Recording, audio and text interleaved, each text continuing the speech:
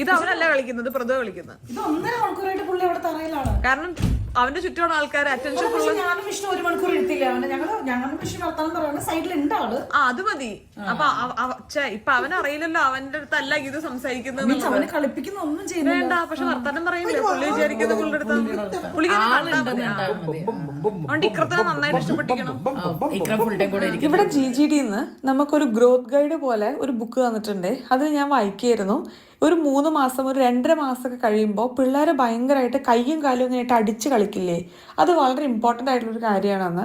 കാരണം അവർ കമിഴാൻ വേണ്ടിയും അതേപോലെ തന്നെ മുട്ടുകുത്താൻ വേണ്ടിയൊക്കെ കയ്യും കാലും പ്രിപ്പയർ ചെയ്യും, മസിൽ കുറച്ച് മൂവ് ചെയ്യുന്നൊക്കെയാണ് അത് എന്ന്.